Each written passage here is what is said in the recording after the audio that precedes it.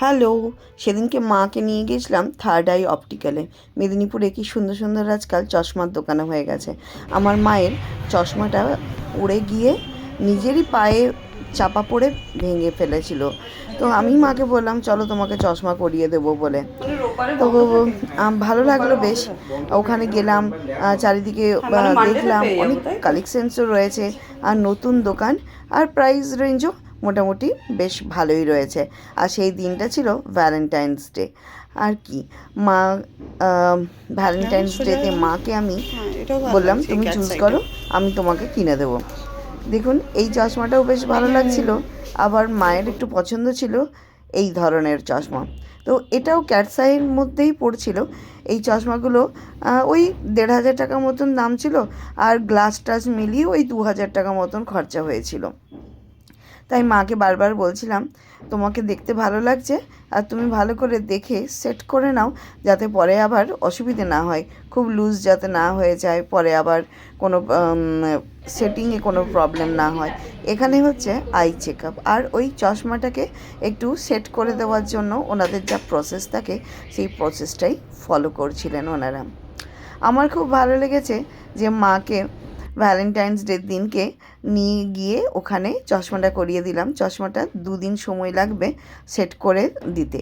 আর আমার মায়ের পছন্দ, খুব পছন্দ। আচ্ছা, তার আগে বলি ভ্যালেন্টাইন্স ডেতে এখানে 50% অফ চলছিল। তো খুব ভালোই হলো, 50% অফও আমরা পেয়ে গিয়েছিলাম, একটা ডিসকাউন্ট। আর মাকে ওটা করে দিলাম। আর মায়ের পছন্দ হচ্ছে গাছ, গাছ পাগল একটা মানুষ। আমিও ওই জন্যই, আমারও ভালো লাগে গাছ।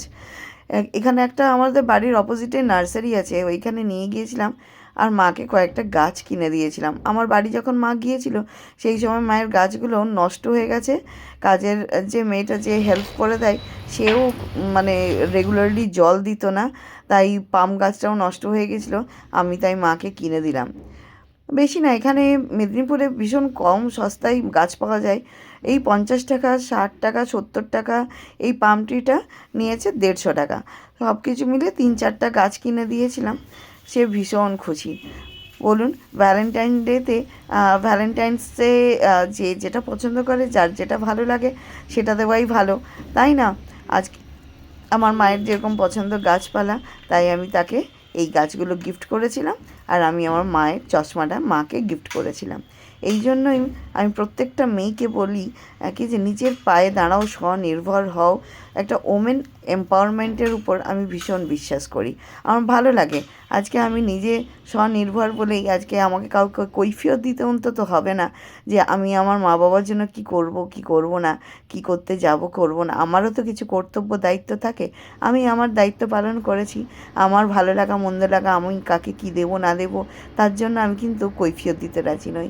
ভালো লাগে, এই জন্য বলি প্রত্যেককেই নিজের পায়ে দাঁড়াও, স্বনির্ভর হও।